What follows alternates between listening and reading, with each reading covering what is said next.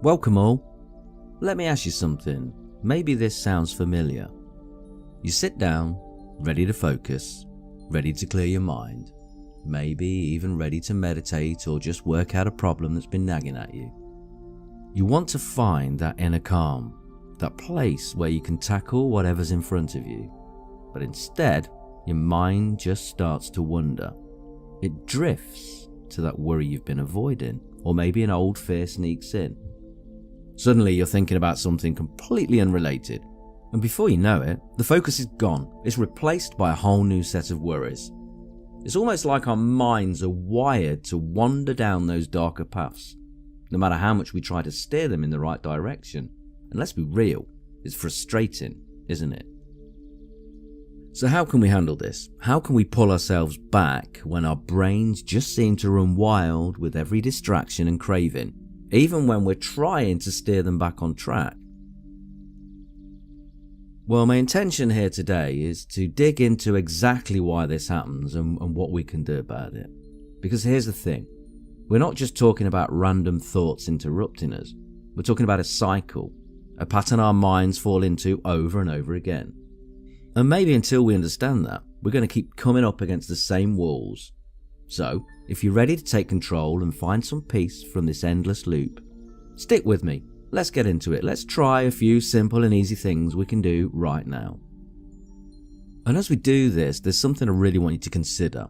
Here's what I want you to do as you listen to this and try it out, where there's no pressure. Seriously, so often we go into these exercises with this image of what perfect focus looks like, how we should be able to clear our minds or control our thoughts flawlessly. But guess what? That version of perfect doesn't exist. None of us are perfectly focused all the time.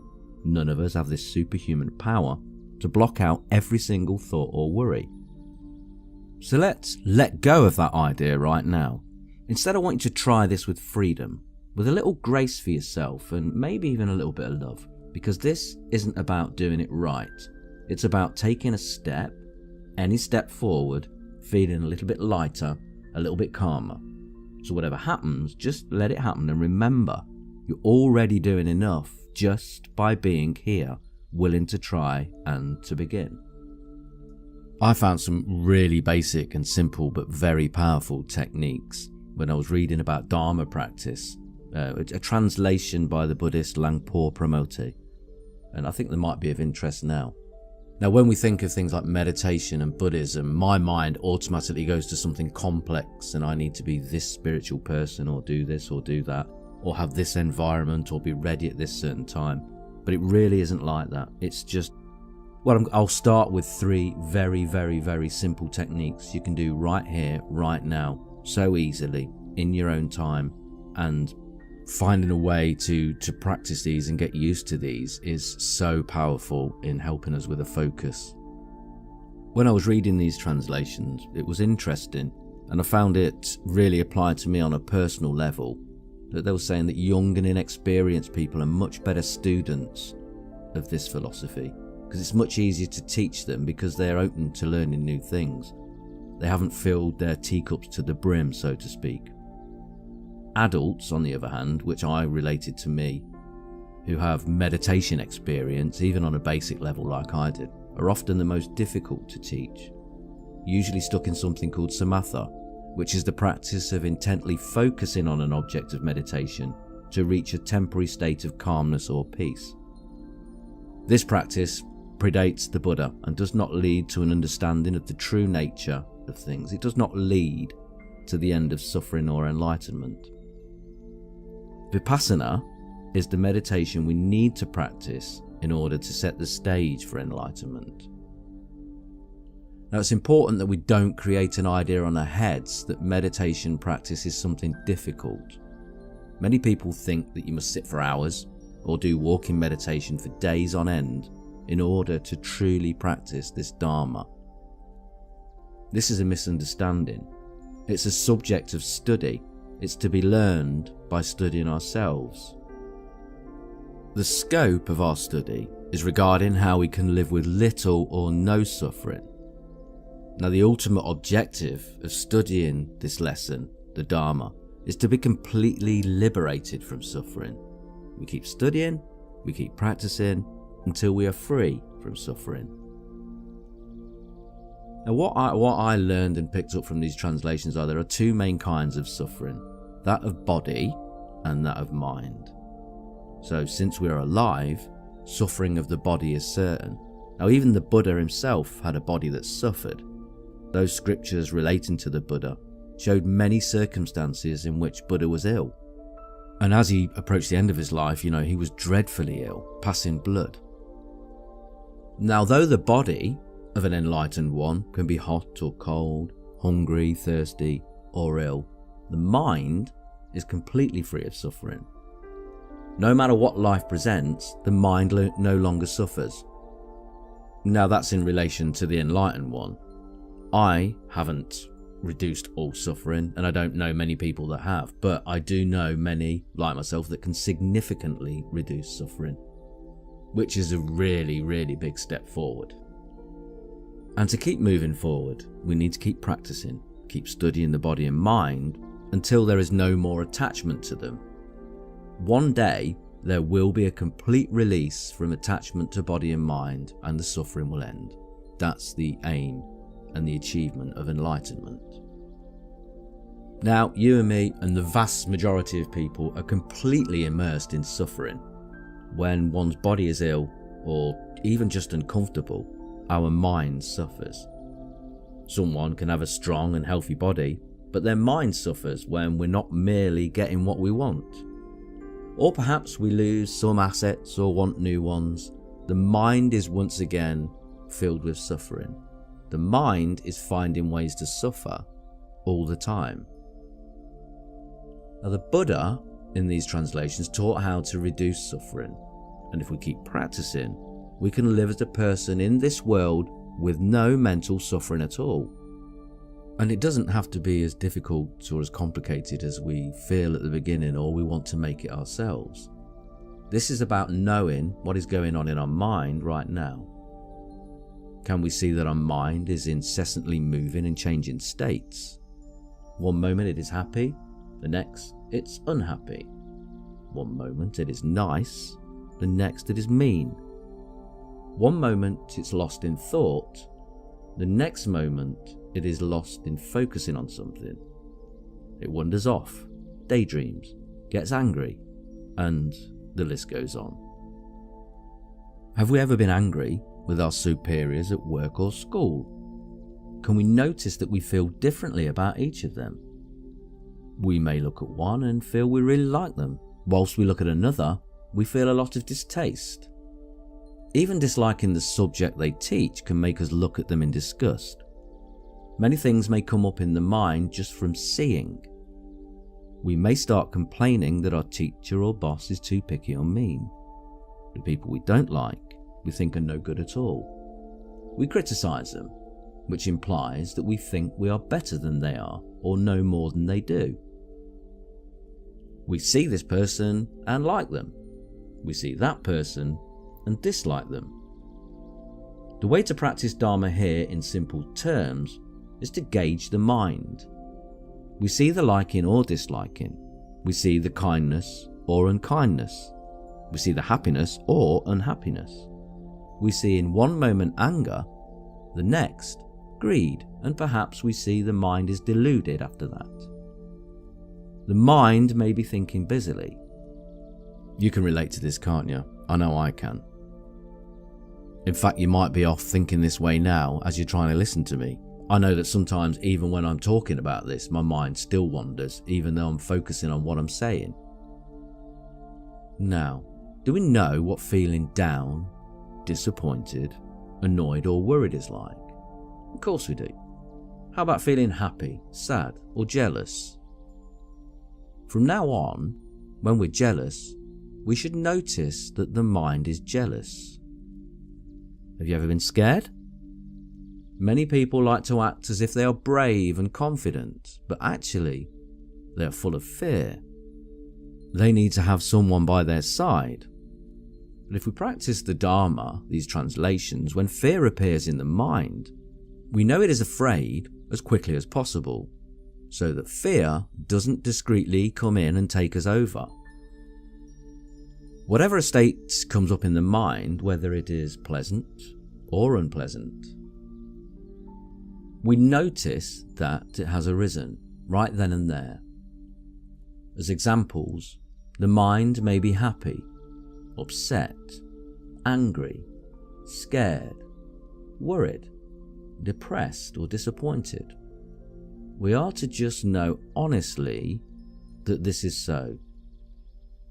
The word Buddha means to know. The Buddhist approach is to know. We know what has arisen and start to realize that whatever arises is temporary. Have you ever been angry for a whole year? How about a whole month? How about a whole day? Can we see that no matter how angry we are, it goes away? We only feel angry again if we think about the situation again. When we were young, a kid may have punched us and caused pain and anger. When we think of it now, anger can still arise, but it won't stay long, nothing does. Things arise, stay temporarily, and then fall away soon after. When things we don't like go away, like at the end of a boring class or a dreadful day at work, we feel relieved temporarily. When it just won't end, however, we feel heavy. You know what a heavy mind feels like, don't you? It really does feel heavy. So can we see that there are many different mental states, all of varying degrees? Fear and hate feel different. Disgust and hate also feel different. Can you see this? Sometimes the differences are obvious, sometimes the differences are very subtle. In his translated book To See the Truth, the Venerable Pramoti Pamojo talks about the three aspects to watching the mind. He says that there are three aspects to watching the mind, three tendencies to remember, to avoid if we are to practice effectively. And I've read and practiced this myself on many occasions and try to make it as natural a habit as I can, so I'm really happy to be able to share this with you. And the first of these aspects is to avoid intending to know in advance. We just need to know the feelings that temporarily arise in the mind after they do. Let that feeling occur naturally first, and then know it has. So, if you get angry and anger arises, just know that it has. If greed arises in your mind, then just know that it has. If your mind has wandered off, know that this has happened. So why must we know after the fact? This is because many of the feelings that arise are defilements of mind, such as anger and desire. Only one mind arises at a time. So a defiled mind cannot arise at the same time as a non-defiled mind. For example, anger cannot exist in the mind at the same time that the mindfulness notices the anger. The defiled, angry mind drops off and is replaced by a non-defiled mind, the one that is mindful of what just happened. Can you see what I'm saying there? It's important to not watch too intently and just wait for what will arise next. Let a feeling arise first and then know that it has. A good way to demonstrate this is to imagine a rabid dog suddenly darting at us. We feel terrified. We then should know that fear has arisen. We didn't intend for this occurrence beforehand. Of course, we should still get out of the way of the dog, and we shouldn't intend to let the dog bite us and see what happens after that. Anyone who says they will just leave it up to their karma is making new karma, stupidity. We do what is appropriate so that we're not harmed. So even as I'm speaking here, you possibly are having your mind wander out yourself. You might be wandering to me, you might be wandering in thought, you might have wandered home already. So we shouldn't intend to watch the mind. Now you can probably relate to this like I do, that often we have too much intention. Like we wait for the gong to strike before we begin our meditation session and say, okay, here we go, I'm really going to watch my mind. And then we're surprised when very little happens. This is because we focused in beforehand and made our minds still. When we hold our attention somewhere, there won't be much movement to notice. The mind becomes immobilized. Instead, we should practice in the most natural way. Each time the mind thinks, or the eyes, ears, nose, tongue or body make contact with the outside world, a feeling is likely to appear. Be aware of what does. If we hear a song and like it, we should know that liking has arisen. If someone is shouting, wanting may arise. We may want to know what this person is shouting about. We may know that wanting to know has arisen. Then we listen for a while and realise it's us that they are going on about. Maybe wanting to know has then disappeared and anger crops up. Our job in this situation is to know that anger has arisen. Know, after the fact, again and again as much as possible. Watching the mind is not about focusing in advance. It is about knowing what has arisen. So try now and start watching the mind right now. Watch it. Can you see that you're starting to freeze up, to get still as you're watching your mind? This is because you intended to watch, which makes it the wrong approach. So now I'd like to tell you to stop watching the mind, and I'll tell you an old story. Can you feel that you're starting to relax again? When something easy and amusing is about to happen, a story is about to be told, our mind loosens up and relaxes. So know that it has relaxed. This is the right approach. Intending to watch will stiffen us up and things will not arise naturally. So the right approach is to not intend. Instead, it is to know what arises after the fact. And this is the first of the three aspects to teach regarding watching the mind. So I should mention, however, that when we know, we need to know quickly. We can't be angry today and realise it tomorrow. When anger arises, we need to recognise that there is anger while the anger is still there. If it has already dropped away and we wake up to it an hour later, it's too late. We should recognise the anger while it is there. We will notice, just a moment ago I was angry and now I am knowing. We will see that when we are mindful of the anger is not there in the moment of knowing. It's interesting, isn't it? Know after their arising of phenomena, but as close to their arising as possible without prior intention. So once we're able to recognize many different states in this way, mindfulness will come automatically, and the path to wisdom that will liberate us from suffering will begin. Okay, so let's consider now the second aspect of watching the mind correctly. The mind should not slip down into any of the mental phenomena or feelings of which you have become mindful. Now, normally when we want to know something, our minds will move out to the place of interest. Let's try it now. Have a look at your arm.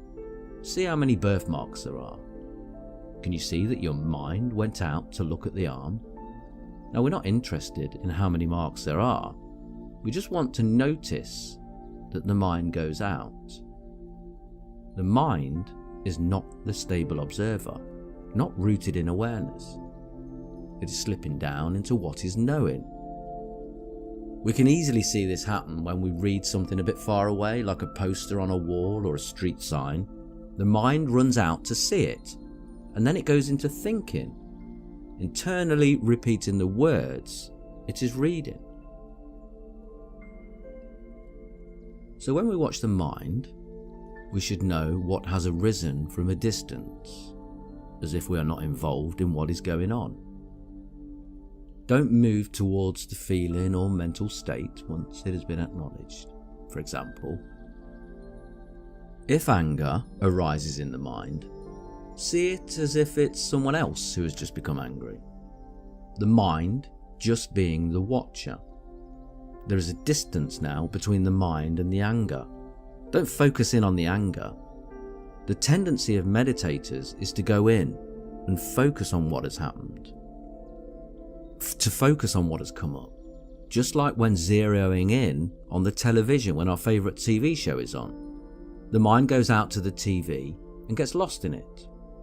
So from now on, whenever the mind goes out to watch something, just know that this is happening. When we see this happen, the mind will become a stable observer on its own. We shouldn't try to force it to be stable in awareness. The Vipassana practice has no force in it whatsoever. It is about knowing things as they really are. If there is a force, there is stress, which is always a sign that there is something wrong. So we don't force it, we just know when the mind slips down into something. If we think of a friend, our mind will slip into the world of thought and completely lose awareness of our body and mind. We need to know that this has happened, and the mind will become rooted on its own. When we watch football, we don't watch it from a field. We're in the stands, watching from a distance. The players are running around, but we are stable observers. There is a space between us and the game. Similarly, at a concert we watch the band from our seats. We don't take the stage, we're not on the stage. There is a distance between us and the performance. We are merely the observer. This is how we should watch our feelings, from a distance. We should not slip down and cling to the feelings. When we do, we should know this as soon as we can, and the mind will loosen its grip on what has arisen and become the watcher for that moment. The third aspect of watching the mind applies after we know what has arisen. We don't interfere in any way with the feeling or mental phenomenon that we have recognized. It doesn't matter what it is that arises, we just let it be. If anger arises, we do not try to make it go away. Our job with regards to the anger is just to know that the mind is angry. We do our best to be just the watcher and not get in the way. We're not trying to get rid of suffering if it arises. We're just to recognize that it is there. If happiness arises, we don't try to make it last long. If a virtuous state arises, we don't try to keep it. We are just to know with equanimity, without maintaining, denying, or resisting what comes up. Formally put, the third aspect of watching the mind is to know what arises with a mind that is equanimous. This means the mind is impartial or neutral to whatever phenomena appear. Equanimity is accomplished by seeing the mind either liking or disliking what it has just recognized. Equanimity is not accomplished by forcing the mind to be neutral. Force causes stress. In Vipassana, there is no controlling, denying, resisting. We mustn't do anything at all. At any given moment, whatever state the mind is in, know that it is in that state. If we see a beautiful person walk by and craving appears in the mind, we don't look for a way to get rid of the craving. We don't try to get rid of the person either. Just quickly acknowledge that the mind has craving. If the mind doesn't like the craving, then it is no longer impartial. It has aversion to the craving and wants it to go away. We are to know that this aversion or hatred has arisen, we ought to know the mind is not equanimous. If happiness arises and we like the happiness, the mind is not neutral. Know the mind is liking. Whenever a mental state arises and the mind likes it or doesn't like it, we should recognize it. If we keep doing this, equanimity will gradually result. We will know all mental phenomena with an equanimous mind. This is the third aspect of how to correctly and effectively watch the mind. If we had a fourth aspect, it would be to watch the mind in this way with great frequency. If we follow 1 through to 4, then nirvana or enlightenment is certain to be realized one day. This is because we all have cultivated all the appropriate causes for this realization. The mind will incur a major shift, and suffering will drop in great quantities at each stage of enlightenment. So, in summary then, if we practice the Dharma so that one day no more suffering will arise in the mind, the way that we accomplish this is by practicing of knowing our minds. Each time suffering sneaks up in the mind, just see it, and eventually it will drop off on its own. There's no need to chase it away. Remember the 3 aspects, or the 3 rules for watching the mind. Firstly, don't go looking for phenomena to know. Don't be presumptuous or wait in anticipation. Let one show itself first, and then recognize it. Secondly, watch from a distance. Let's not move our attention towards a phenomenon when it appears. Be an outsider. If we focus in, then we are practicing samatha, calmness meditation, not vipassana, the path of wisdom. Thirdly, after the arising of a mental phenomenon, notice when liking or disliking appears. Do this often, and the mind will of its own accord become equanimous to whatever arises. When we watch the mind in this way, we will see whatever arises as it really is. We will see the true nature of body and mind. We will see that body and mind are not us. We will keep seeing the truth of body and mind until we become dispassionate to their constant flux, their insubstantiality, their suffering nature.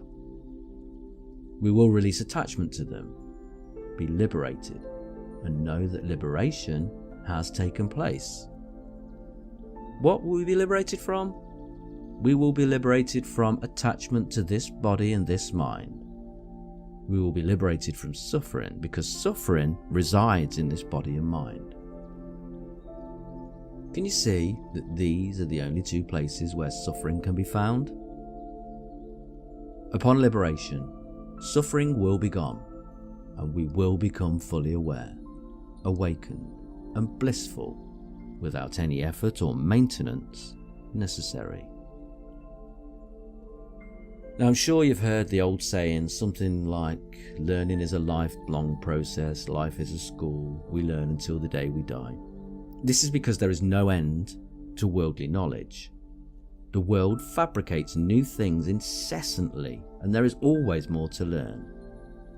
And regarding Dharma, once there is enlightenment and the mind is liberated from suffering, it is no longer fabricating.